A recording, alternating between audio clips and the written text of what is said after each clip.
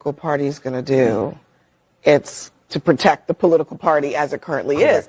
And the people who know that the best are perhaps Republicans who experienced it vividly in 2016 when Donald Trump ran for the nomination, and he ran as an outsider, and he shook up the party, and he dispensed with all the establishment types, and then he took over the party with all of his extreme views on all sorts of things. And I call them extreme because that's what Republicans called them at the time.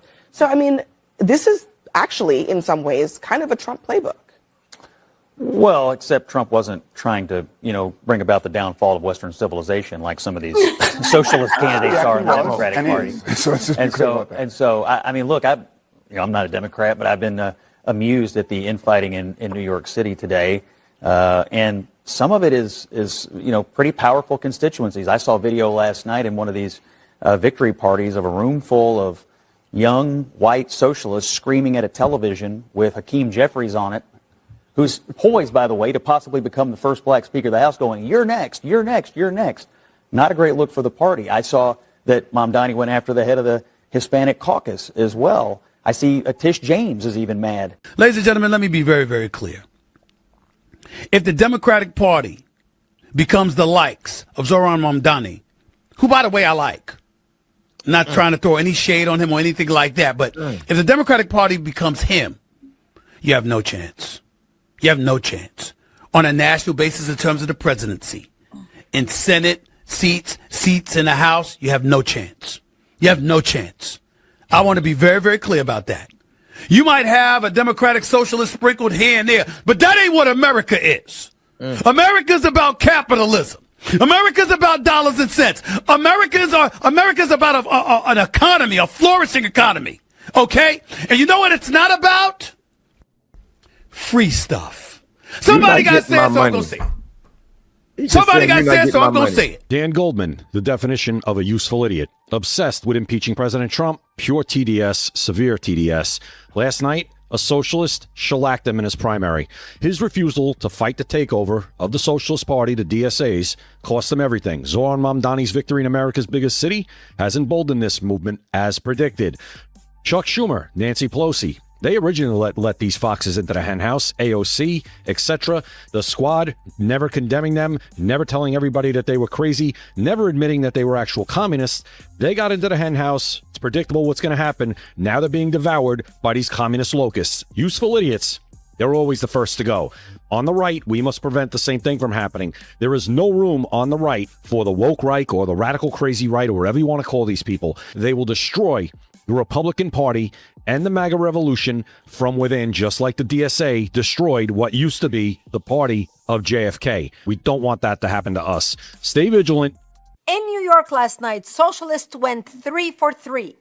Abolish prisons, abolish ICE, open borders, defund police, citizenship and voting for illegals, taxpayer-funded trans treatments. They wipe their hands on old glory and call America a disgrace. The Democratic Party isn't drifting left. It's in free fall into American insanity. They are organized, they are mobilized, and they are coming for the rest of America. If we do not wake up right now, stand up and fight back with the same fire they have, we will lose the country our founding fathers built with their blood, sweat, and sacrifice. The numbers tell a story the mainstream media tries to hide. A 2025 Gallup poll showed that only 42% of Democrats now have a positive view of capitalism. 66% of Democrats view socialism favorably. That's not a fringe opinion anymore. That's the dominant view inside one of our two major parties. I don't think we're on opposite pages. You can ask him whether he thinks we're on opposite pages. He doesn't believe we're on opposite pages.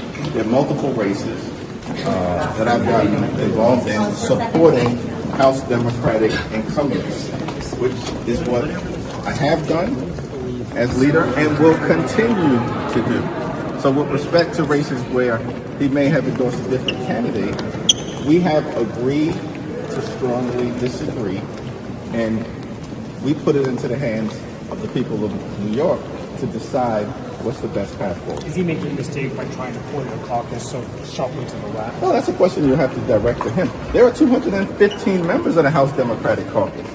A handful of primaries that go in one direction or the other in a given state or two aren't going to reshape who we are as House Democrats. As House Democrats, we've been very clear. What brings us together is a focus on driving down the high cost of living, fixing our broken healthcare system, and cleaning up corruption. Thank you, everyone. You're next! You're next! You're next! You're next!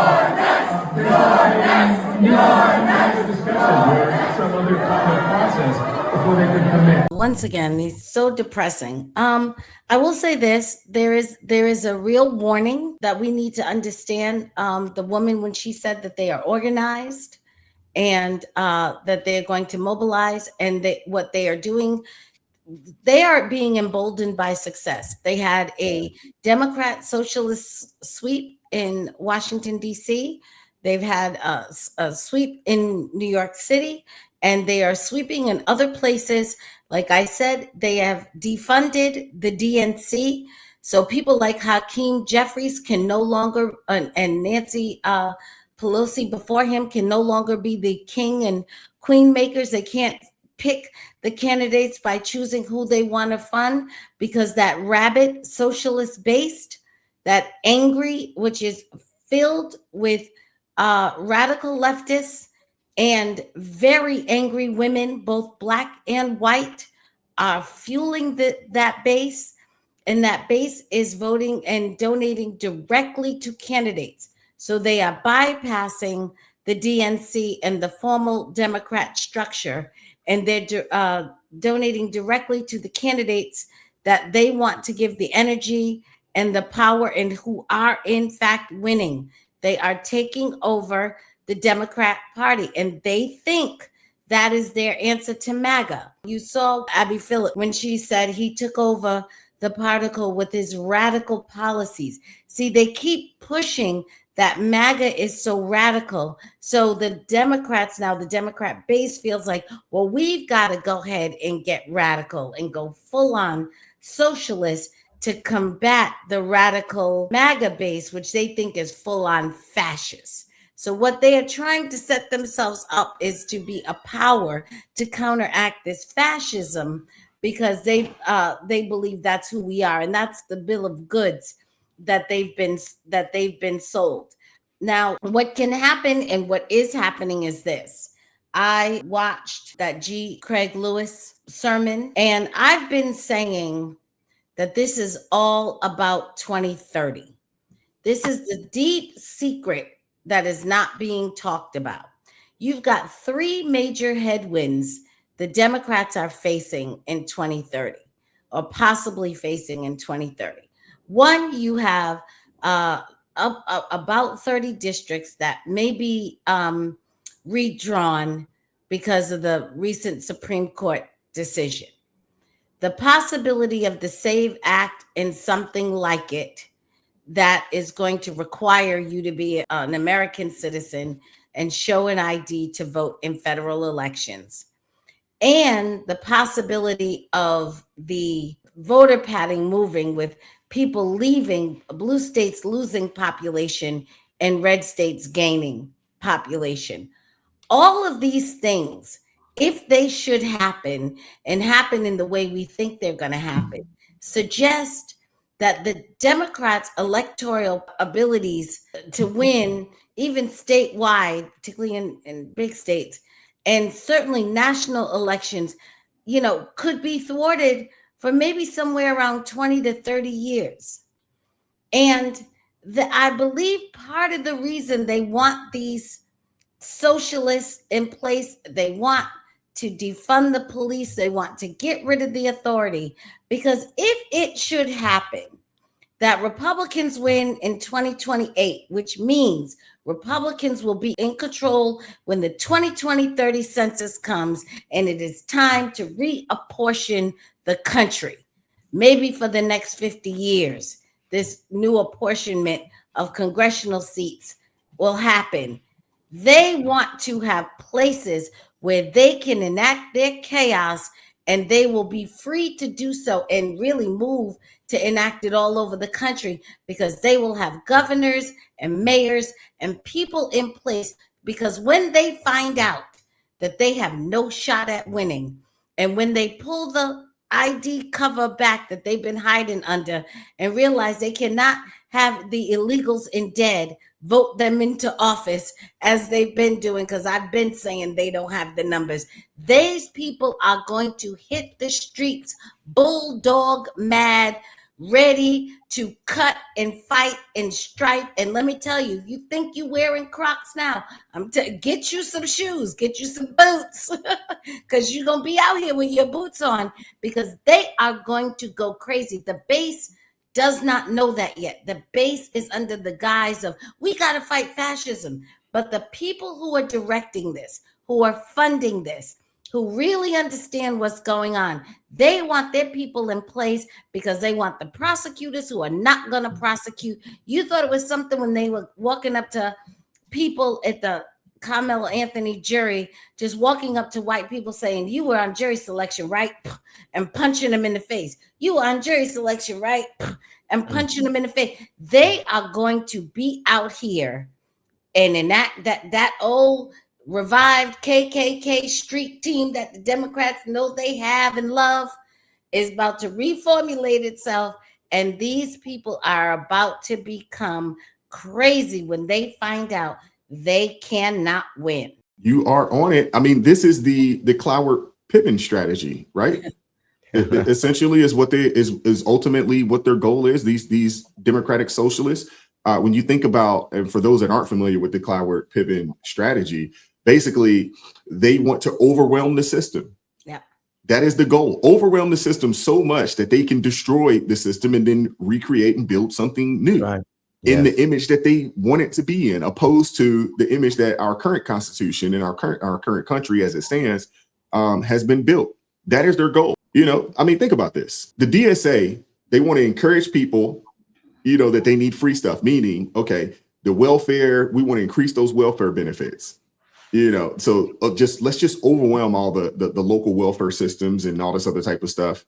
You know, obviously the expansion of immigration. I mean, you got these people saying that it doesn't matter, you know, that you're an illegal immigrant and that you're not from this country. You have just as much say as anybody else in this country. That's what these people are, you know, saying. The people that have been elected, you know, at least in these primaries up in New York City, these people are crazy.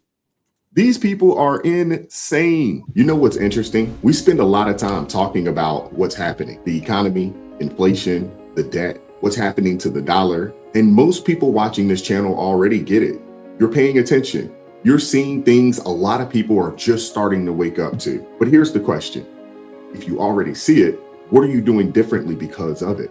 Because knowing something and acting on it aren't the same thing. That's why more people are taking a closer look at physical gold. Some are purchasing it directly. Others are moving part of an IRA or a 401k into a gold IRA. And that's why I partnered with Augusta Precious Metals. They walk you through how it works, answers your questions, and help you figure out if it makes sense for your situation. No pressure, just education. And if you'd like to learn more, go to writeforgold.com or text FAITH to 35052, because at some point, seeing what's happening isn't enough. You have to decide what you're going to do about it. Now let's get back into the video. Listen, I think first of all, Wise, thank you so much for playing that pushback video clip of those different individuals, including Stephen A. Smith. But other than him, because he just protecting his money, no question about that. He just protected his money. Thanks. But the other ones they gave some very excellent statements and comments. But my question is this, though: what are the Republicans and the pro-American independents doing to counter this socialist overtake, this socialist Muslim overtake of our country? Then you don't see them on going into those mainstream media and challenging the mainstream media about their support of this socialist movement.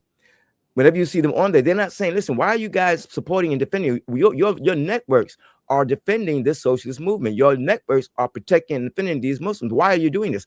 And I wish to see some of our Republicans, when they get on these platforms or we get in these, to really talk directly to what's happening. And I don't see that happening now. This is why they're so effective. You got to fight fire with fire. And I don't see that's crystal bulldogness in these people. And they need it. They need it bad. on the Republicans need it bad, man. No, you're absolutely right, Minister Danzo, and I'm in a 100% agreement with you there. You don't hear a lot of pushback from the Republican Party.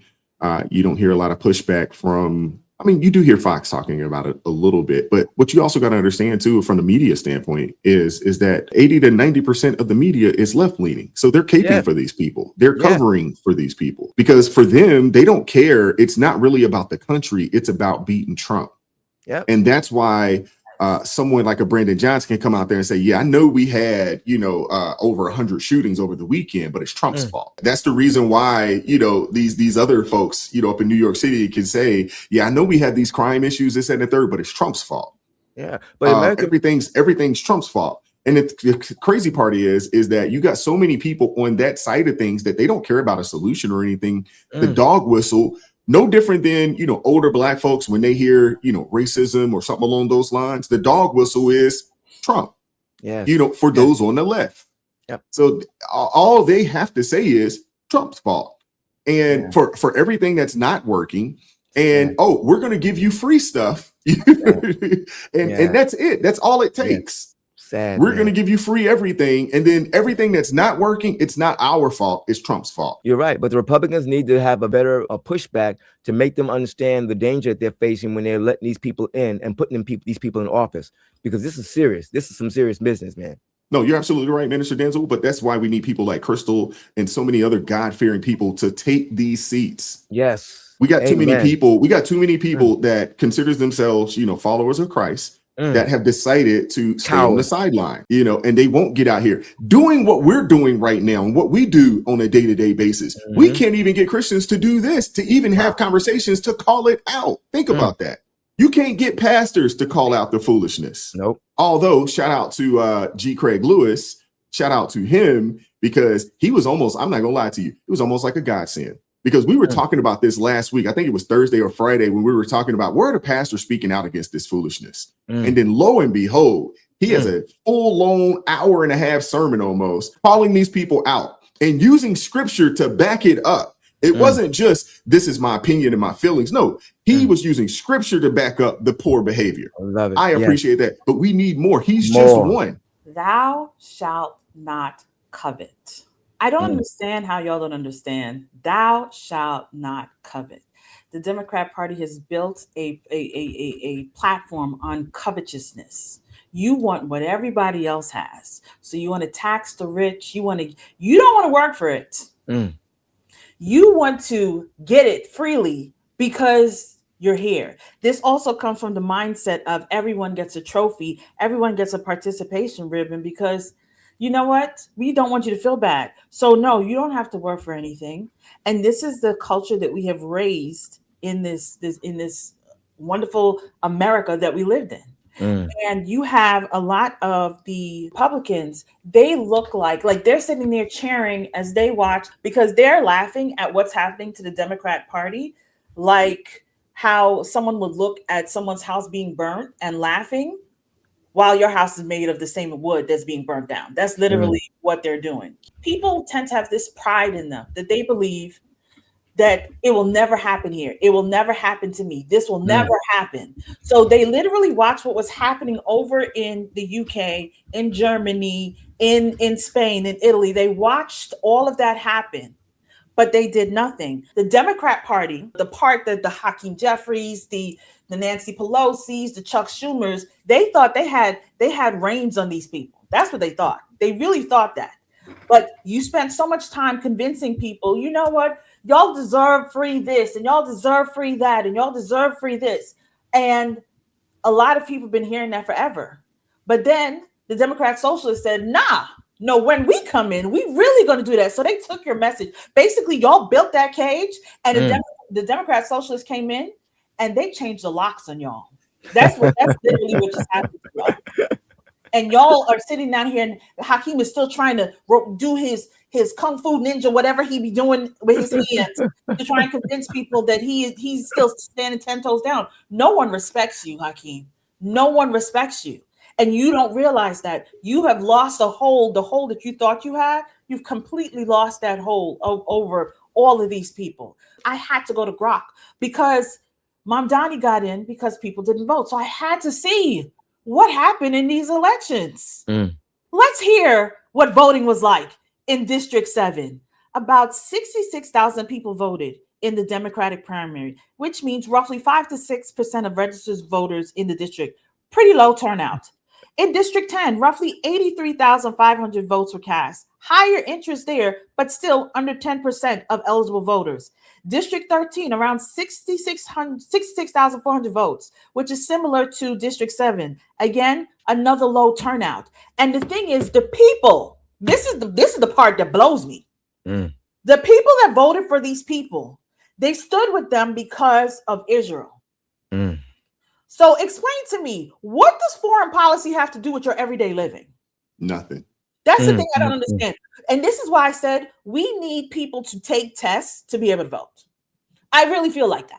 Because you clearly don't even understand the purpose of the people that you're voting in. You don't understand what they're here for, what they're supposed to do. You don't understand anything. You're not even concerned about what is going on in your community. You worry about what's happening over in Israel.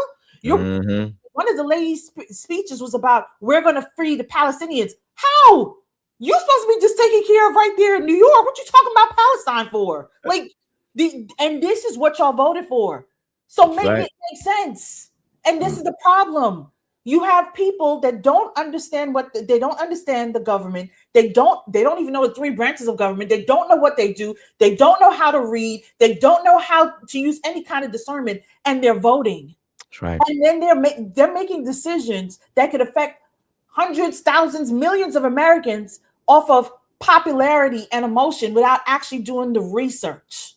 This is why everybody should not be able to vote. I'm sorry, they're not, because you don't understand stuff. When you really think that I'm going to put this person in office so that Palestine will be free, that girl has nothing to do with Palestine. These people, obviously they're anti-God. That's pretty obvious based off of the things that they've, said out of their own mouths. And then you look at their policies. I mean, a lot of their policies are anti-God, but they're also anti-Constitution. If they get their choice, if they get their way, they want to destroy the Constitution. And people got to understand that, here in America, our Constitution, I mean, it hands down is the longest, it is the oldest Constitution to ever exist in the world. That's right. No one has anything else like it. And as per wall builders, they say indirectly, here we have a document based on, the word of God, even if you want to say loosely based on the word of God. But a lot of our justice system and things of that nature actually came from, those teachings. And yet here we get a group of people that they have come out their mouths and said that the Constitution is trash, that it's old, and we need to get rid of it. Crazy. So much so that we actually had a former president say something similar in Barack Obama. So it just lets you know where these people want to go with this. Thank you. And Hakeem Jeffries, man, he's cooked, but I think he knows it as well. I think he knows that his days are numbered in that party. They're coming for him. This was always the natural direction that this was going to go with the Democratic Party. When I look at what socialism is at the incredibly, incredibly high up viewpoint, we're looking at someone, basically, what's the expression? For each according to their ability, to each according to their need, right? So in other words, government control of major means of production, factories, land, resources, and heavily redistributing it for wealth, right? And so, okay, look at the states then. Look at the red states. What are the number 1, 2, and 3 things that are produced by the red states? Just so happens to be energy like oil, gas, and coal, the stuff that we need in order to survive on a day-to-day basis. Your vehicle, in order for it to drive, to have heat in your home, okay, fine. Electricity, right? Pretty sure we need that one. Number 2 is agriculture and food, right? Midwest, southern red states, right? That's going to be your bread basket. I think we would agree the grain, the meat, the livestock, you need that. And then manufacturing, right? You need your vehicle to drive into work, aerospace, chemicals, machinery, right? Important to have these buildings to be able to make these things. Look at the blue states, right? Number 1 they produce is finance and professional services. Your money, right? Your digital systems. Do you need it in order to survive? I know your privileged self will say yes, but no, you do not, right? In order to live, breathe, and go about your life, well, no. Number 2 is technology and software. I know in 2026, this sounds strange. You don't need your phone. You don't need your iPhone. You cripple an entire generation right now by bringing back the rotary phone. You don't need that stuff, right? Number 3, entertainment, media, and just, intellectual properties. It's Hollywood. music, right? You don't need to turn on Netflix today. Socialism makes sense because you look at the issues that they have. Most of these individuals living in highly populated cities that are poorly ran, they're living in an expensive place, and so they feel like they don't have enough. They want to have the stuff that they do not contribute in any way, shape, or form to actually producing, but they take the benefit of those who actually produce it. And worse off, they don't actually know what goes into producing that. Again, you want to cripple somebody from the city, ask them to explain how those eggs get inside of their refrigerator. They can't do it, right? And they're never going to find out because they're not going to visit, they're not going to travel. I'm not going to go to Ohio in the middle of nowhere to check out the cornfield. It's not going to happen. I'm definitely not going to Iowa, can't even probably find it on a map. The liberals have used weaponized emotional ignorance in order to control their populace. What do I mean? Well, I'm going to get you mad about some stuff. Remember that thing that happened way back when in your history? Well, be mad about it, whether it was women's suffrage, whether it was civil rights movement, or wherever it might be meant. Right? Christopher Columbus, be mad about it. Be upset about it, right? That's going to get you to do something. Logic does not make people move in this country. Emotions do. If you're mad enough, you'll show up. If you're mad enough, you'll picket. If you're mad enough, you'll burn things down. Or if you want to have it, right? You deserve all the things that you want and desire. If I tell you that, then I can manipulate and I can control you. When I only put information in front of you that matches my narrative, you'll believe that people in the South are racist. You'll believe that these people are stupid. When I tell you that to get your diploma is the most important thing in the entire world and it makes you better than the individuals who don't have their diploma, I will make sure that you can't look into the statistics to save your life. What do they always say, Crystal? Well, you know, the red states have poorer education. You know, the red states are worse run off than blue states. But when I say, hey, how about you look at the individual counties and the cities, you'll crash out and scream at me. That's the emotional side again. Now you have no reason to listen to someone else on the other side because either emotionally they're your enemy, and so you view what you're doing as a crusade, or intellectually speaking, you think that having a degree makes you better than that individual who can actually turn back on your power whenever it goes out. Socialism makes sense. Why don't you get those individuals to be required by the government to produce a certain amount of food? Matter of fact, have the government come in and tell them that no matter what, this is forced wealth distribution, forced labor, right? You will produce this much food. You will produce this much manufacturing. You will produce this much energy. You will give it out to these cities. You will distribute it to them regardless of how much you're able to actually profit from it. And now, because the government's telling you to do this, it is now against the law. Y'all, this is just slavery with extra steps. And I know I have someone in there who's thinking, like, we're not going to whip you. We're not going to beat you. Go read a book. There's different forms of slavery. This is just slavery with extra steps. I said what I said. I want to hear from you guys. What are your thoughts on any of this? Hit the like button, share the video, subscribe to the channel, turn the notifications on to all so you never miss an upload. Consider joining the ARP family or buy your brother a coffee. That link's in the description box below. And as always, keep God first. Stay prayed up. We'll catch up with you guys next time. Peace. It is God who arms me with strength. Yeah, I'm battle ready. He trains my hands for battle. My heart stays steady.